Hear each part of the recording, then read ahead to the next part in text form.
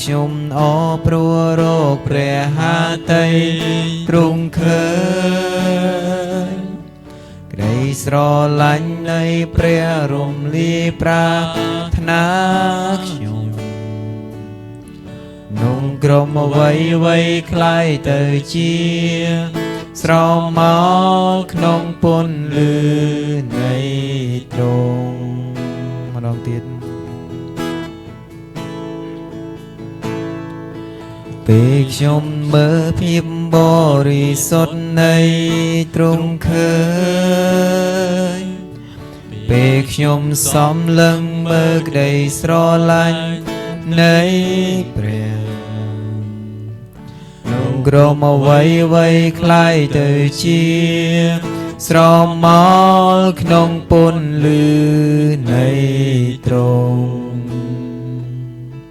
ពេលខ្ញុំអព្រោះរកព្រះហាតីទ្រង់ឃើញ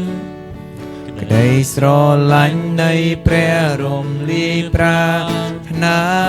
ខ្ញុំនំក្រុមអ្វីคล้ายទៅជា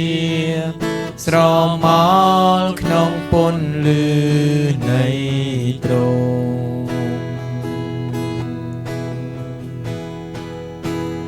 ខ្ញុំថ្វាយបង្គំព្រះអង្គខ្ញុំថ្វាយប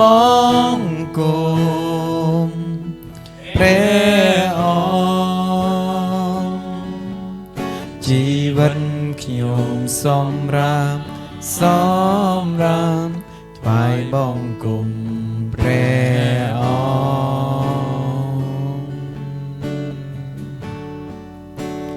ខ្ញុំថ្វាយបង្គំព្រះអ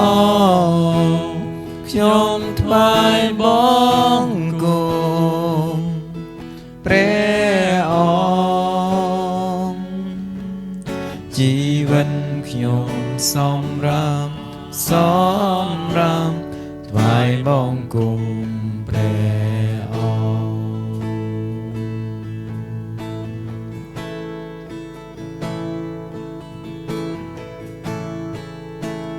ខ្ញុំថ្វាយបង្គំ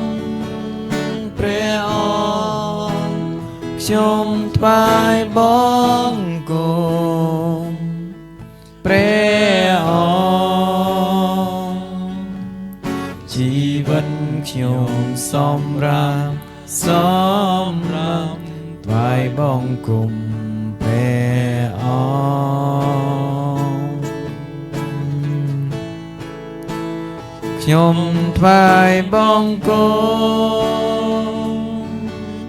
ព្រះអង្គខ្ញុំថ្វាយបង្គំព្រះអង្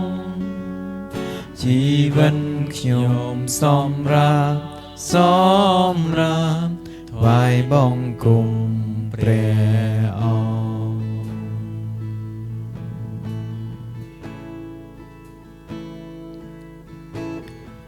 ្គ